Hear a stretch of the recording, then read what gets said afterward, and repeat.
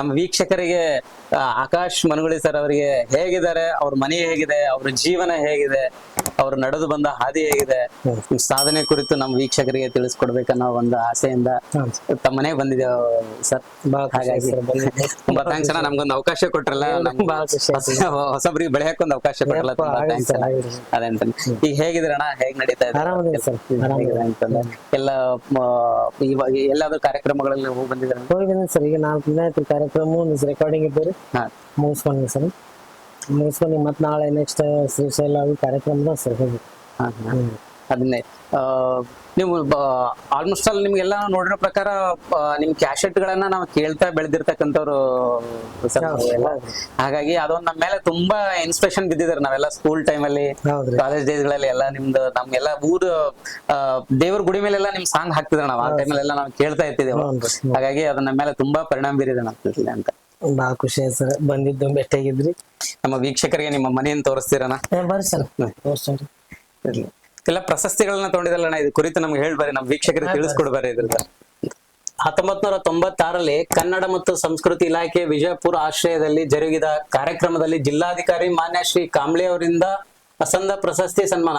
ಎಷ್ಟು ಚಿಕ್ಕ ವಯಸ್ಸಲ್ಲಿ ತಗೊಂಡಿದಾರಲ್ಲ ಅಣ್ಣ ಇದು ಪ್ರಶಸ್ತಿ? ಇದು ನನ್ ಫಸ್ಟ್ ಸರ್, ಅಂದ್ರೆ ನಾನು ಭಜನಿ ವೇದಿಕೆಗೆ ಹಾಡಿದ್ರಿ, ಭಜನಿ ವೇದಿಕೆ ಮೇಲೆ ಫಸ್ಟ್ ನಮ್ಗೆ ಸನ್ಮಾನ ಸಿಕ್ಕಿದ್ದೆ ಇದೆ. ಈ ಎಷ್ಟು ವರ್ಷ ಆಯ್ತಣ್ಣ ನಿಮ್ಗೆ? 96 ಅಂದ್ರೆ ನೋಡಿ ಸರ್, ಈಗ 2030 ವರ್ಷ ಆಯ್ತ್ರಿ. 30 ವರ್ಷ ನನಗೊಂದು 9 ವರ್ಷ ಇರುತ್ತೆ ಸರ್.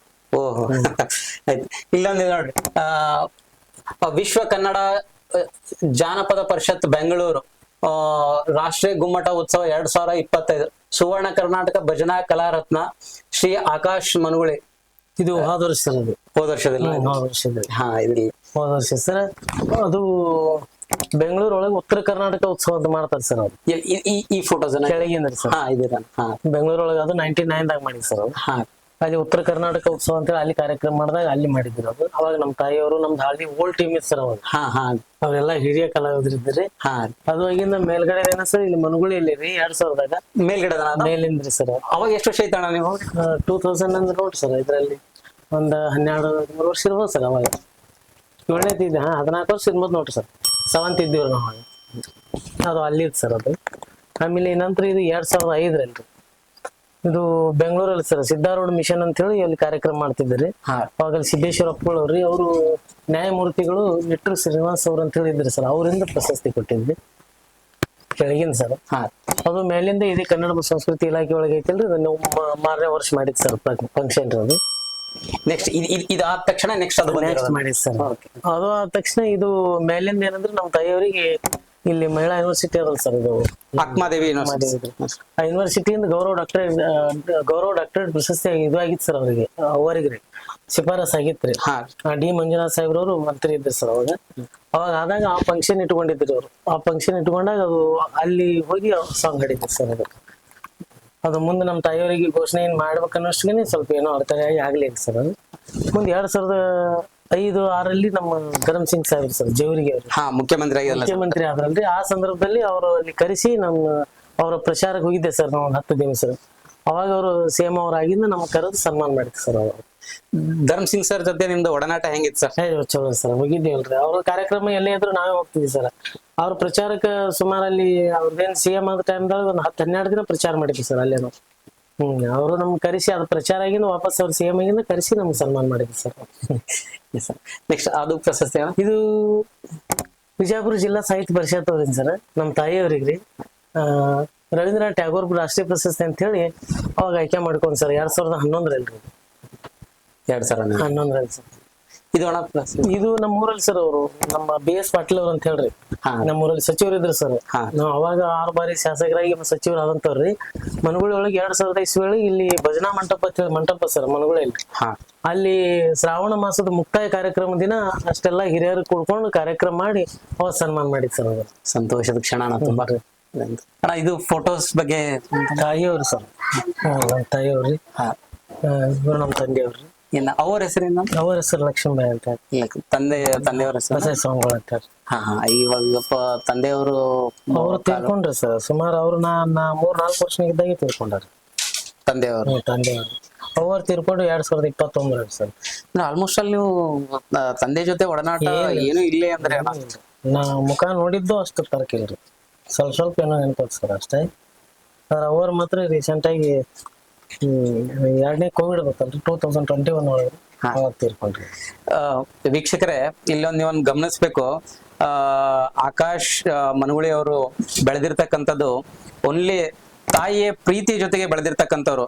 ಆಕಾಶ್ ಮನಗುಳಿ ಅವರಿಗೆ ಇಲ್ಲಿವರೆಗೂ ಇಷ್ಟು ಎತ್ತರಕ್ಕೆ ಸ್ಥಾನಕ್ಕೆ ತಂದು ಕೊಡಿಸಿದವರು ಈ ಮಾತೆ ಇಲ್ಲಿದ್ದಾರೆ ನೋಡಿ ಸ್ನೇಹಿತರೆ.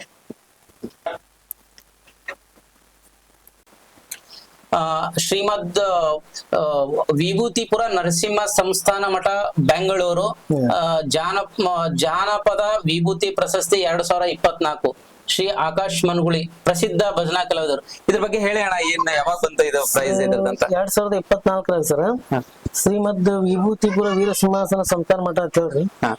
ಇದು ಬೆಂಗಳೂರೊಳಗೆ HAL ಸರ್, ಅಲ್ಲಿ ದೊಡ್ಡ ಮಠ ಅದ್ರಿ ವಿಭೂತಿಪುರದಲ್ರಿ. ಆ ಮಠದೊಳಗೆ ಇವರು ಸುವರ್ಣ ಮಹೋತ್ಸವ ಕಾರ್ಯಕ್ರಮ ಇತ್ತು ಸರ್. ಅವಾಗ ನಮ್ದು ಜನಪದ ವಿಭೂತಿ ಶ್ರೀ ಅಂತ ಹೇಳಿ ಪ್ರಶಸ್ತಿ ಭಜನೆ ಕಲಾವಿದರು ಅಂತ ಹೇಳಿ ನಮಗ್ ಕೊಟ್ಟಿದ್ರು. ಅವಾಗ ಬಂದಿರ್ತಾರೆ. ಇಲ್ಲೊಂದೇನೋ ಪ್ರಶಸ್ತಿ ಇದೆ ಅಣ್ಣ, ಇದ್ರಲ್ಲಿ ಇದೆ ಅಂತದ್ದು. G Kannada Yuvarathna award 2025 Akash Managuli famous ಭಜನಾ ಸಿಂಗರ್. ಜಿ ಕನ್ನಡದಿಂದ ಬಂದಿರ್ತಕ್ಕಂಥ ಪ್ರಶಸ್ತಿ ಅಣ್ಣ. ಯಾವಾಗ ಬಂದಿದೆ ಅಣ್ಣ ಈ ಪ್ರಶಸ್ತಿ? 2025 ಅಲ್ಲಿ ಭಜನಾ ಪದಗಳನ್ನೆಲ್ಲ ಎಲ್ಲಿ ರೆಕಾರ್ಡ್ ಮಾಡ್ತೀರ ಅಣ್ಣ ಸರ್? ಮೊದಲು ನಾವು ಬೆಂಗಳೂರು ಹೋಗ್ತಿದ್ವಿ ರೀ, ಆ ನಂತರ ಇಲ್ಲಿ ಮಿರಾಜ್ ರೀ, ಸಾಂಗ್ಲಿ ರೀ, ಆಮೇಲೆ ಪುಣೆ ಹೋಗ್ತಿದ್ವಿ ಸರ್. ಇವಾಗ ಏನ್ ಮಾಡಿದ್ರಿ, ಇಲ್ಲೇ ನಮ್ಮಲ್ಲಿ ಸ್ಟುಡಿಯೋ ಮಾಡ್ಕೊಂಡಿದ್ವಿ ಸರ್. ಇಲ್ಲೇ ಸ್ಟುಡಿಯೋ ಮಾಡಿದ್ರಿ?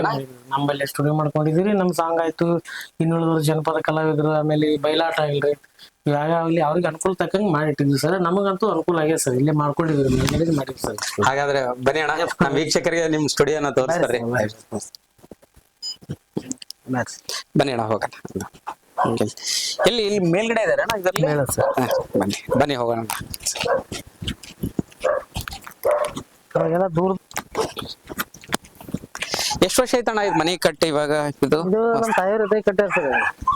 ಇದ್ರಿ 2016 ನಾವು ಸ್ಟುಡಿಯೋ ಮಾಡಿ ಈಗ 1 ವರ್ಷ ಆಯ್ತು. ಹಳಿ ಮನೆಯಲ್ಲಿ ಇತ್ತಣ್ಣ? ಹಳಿ ಮನೆ ಅಲ್ಲಿ ಸರ್, ಆ ಕಡೆ ತೆಗೆದಿವ್ರಿ ಕಟ್ಟಾಡ್ರಿ.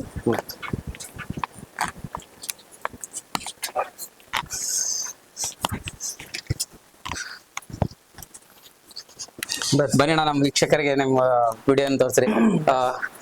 ವೀಕ್ಷಕರೇ, ಆಕಾಶ್ ಮನಗುಳಿ ಸರ್ ಅವರ ರೆಕಾರ್ಡಿಂಗ್ ವಿಡಿಯೋ ನೋಡಿ ಸ್ನೇಹಿತರೆ ಹೇಗಿದೆ ಅಂತ. ನಾವು ಆಪರೇಟ್ ರೂಮ್ ಸರ್, ಇಲ್ಲಿ ನಮ್ದು ಏನಾದ ಸಾಂಗ್ ಎಲ್ಲ ಆಪರೇಟ್ ಮಾಡ್ತಾ ಇರೋದು. ಇನ್ನು ಒಳಗಡೆ ನಾವ್ ಏನೈತ್ರಿ ನಮ್ದು ರೆಕಾರ್ಡಿಂಗ್ ಮಾಡೋದು ಮತ್ತೆ ಶೂಟಿಂಗ್ ಮಾಡೋದು ಎಲ್ಲ ಒಳಗೆ ಮಾಡ್ತೀವಿ ಸರ್. ಇಲ್ಲಿ ಆಪರೇಟ್ ಅಷ್ಟೇ ಸರ್, ಅಲ್ಲಿ ಒಳಗೆ ಮಾಡ್ತೀವಿ ಸರ್. ಬನ್ನಿ ಬರ್ರಿ ಸರ್. ಓಹೋ ಏನಣ್ಣ? ಓಹೋ, ಇದು ರೆಕಾರ್ಡಿಂಗ್ ಆಗಿ ಸರ್. ನಾವು ಹಾಡುವಾಗ್ಲಿ ಕಡೆ ಯಾವ್ದೋ ಬಯಲಾಟ ಆಗ್ಲಿ ಏನೇ ಇರ್ಲಿ ಸರ್, ಒಟ್ಟಾಗಿ ಇಲ್ಲೇ ಮಾಡ್ತೀವ್ರಿ. ನಮ್ದು ಪೂರಾ ಟೀಮ್ನು ಇಲ್ಲೇ ಕವರ್ ಆಗ್ಬಿಡ್ತಾವ ಸರ್. ಇಲ್ಲಿ ಶೂಟಿಂಗ್ನು ಇಲ್ಲೇ ಮಾಡ್ತೀವ್ರಿ, ಇನ್ನು ರೆಕಾರ್ಡಿಂಗ್ ಏನಿದೆ ಅಲ್ಲಿ ಒಳಗೆ ಆಗ್ಬಿಡ್ತಾವ ಸರ್. ಬನ್ರಿ ಅಣ್ಣ. ಶ್ರೀ ಸೋಮೇಶ್ವರ ಭಜನಾ ಮಂಡಳಿ ಮನಗುಳಿ. ವೀಕ್ಷಕರೇ, ನಾವೆಲ್ಲ ಆಕಾಶ್ ಮನಗುಳಿ ಸರ್ ಅವರ ನೀವು ಎಲ್ಲ ಯೂಟ್ಯೂಬ್ ಅಲ್ಲಿ ನೀವು ನೋಡ್ಬೋದು. ಪ್ರತಿ ಒಂದು ಸಾಂಗ್ಸ್ ಅಲ್ಲಿಯೂ ಸಮೇತನು ಇದೇ ಮ್ಯೂಸಿಕ್ ಪೆಟ್ಟಿಗೆನ ಅಣ್ಣವರು ಉಪಯೋಗಿಸಿರೋದು. ಅಣ್ಣ, ಈ ಮ್ಯೂಸಿಕ್ ಪೆಟ್ಟಿಗೆ ವಿಶೇಷತೆ ಕುರಿತು ಹೇಳಿ ಅಣ್ಣ ನಮ್ಮ ವೀಕ್ಷಕರಿಗೆ. ಸರ್, ಇದು ನಮ್ಮ ಊರಲ್ಲಿ ಇದ್ದೆ ಒಂದು ಸುಮಾರು ಅಂದ್ರೆ ಒಂದು 150-160 ವರ್ಷ ಸರ್. ಈ ಪೆಟ್ಟಿಗೆ 150 ವರ್ಷದ ಹಿಂದಿನ ಪೆಟ್ಟಿಗೆ ರೀ? ಅದಕ್ಕೆ ಹೆಚ್ಚಾಗಿ ಸರ್. ಅಂದ್ರೆ ಇದು ನಮ್ಮ ತಾಯಿಯವ್ರಿಗಿನ ಮುಂಚೆ ಇಲ್ಲಿ ಭಜನೆ ಮಾಡ್ತಿದ್ರು ಸರ್. ಇಲ್ಲಿ ಅವ್ರು ಗೌಡ್ರದಿದ್ರು, ಅವ್ರ ಮನೆಯಲ್ಲಿ ಸರ್. ಅದು ಆಗಿಂದ ನಮ್ಮ ತಾಯಿಯವ್ರು ತಗೊಂಡ್ಬಂದ್ರಿ. ಅವ್ರು ತಗೊಂಡ್ಬಂದಾಗ ಅವಾಗ ಸರ್ ಇದಕ್ಕೆ 1200 ರೂಪಾಯಿನ ಕೊಟ್ಟಿದ್ರು. ಅವಾಗ ತಗೊಂಡ್ಬಂದು ಇದನ್ನೆಲ್ಲ ಅವಾಗೆಲ್ಲ ಸ್ವಲ್ಪ ಇದಾಗಿತ್ತು ಸರ್. ಅದನ್ನ ಮಾಡಿಸ್ಕೊಂಡು ಎಷ್ಟೋ ದಿನ ಹಂಗೆ ಸಾಗಿಸ್ತಾರ. ಅದು ಸಾಗಿ ಬಂದಿಂದ ವಾಪಸ್ ಇದು ಎಲ್ಲ ಹಳಿದಾಗಿತ್ತಲ್ರಿ, ಇದು ಪೂರಾ ಸಾಗವಾನಿದಿತ್ರಿ. ನಾ ಮತ್ ಹೊಳ್ಳಿ ಇದು ಎಲ್ಲ ಹೊಸ ಬಾಡಿ ಏನೈತಿಲ್ರಿ, ಇದನ್ನ ನಾ ಮತ್ ಸಾಗವಾನಿ ಮಾಡ್ತೀನಿ ಸರ್. ಇನ್ನಾದ್ರೂ ನಡೆದೈತಿ ಸರ್. ಇದ್ರ ಸುಮಾರು ಒಂದು 3 ತಿಳಿ ಹೋದ್ರು ಅವ್ರು ಮಾಡಿದ್ರು.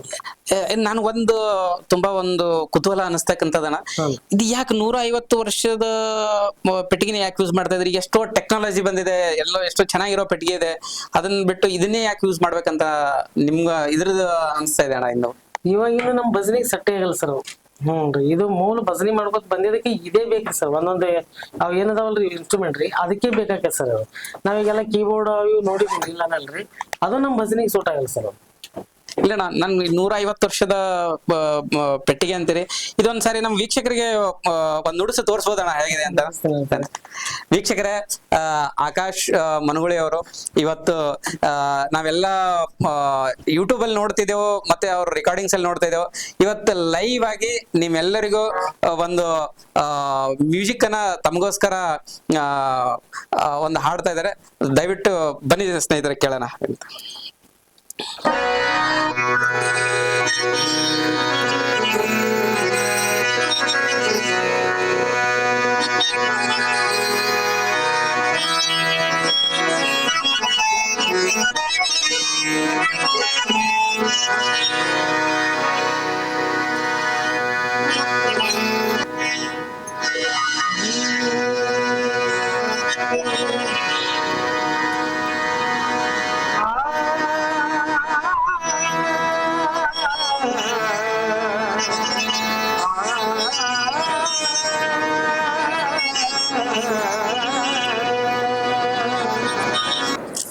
ನಿಜವಾಗ್ಲಣ್ಣ ತುಂಬಾ ರೋಮಾಂಚನ ಭರಿತವಾಗಿತ್ತು ಅಣ್ಣ.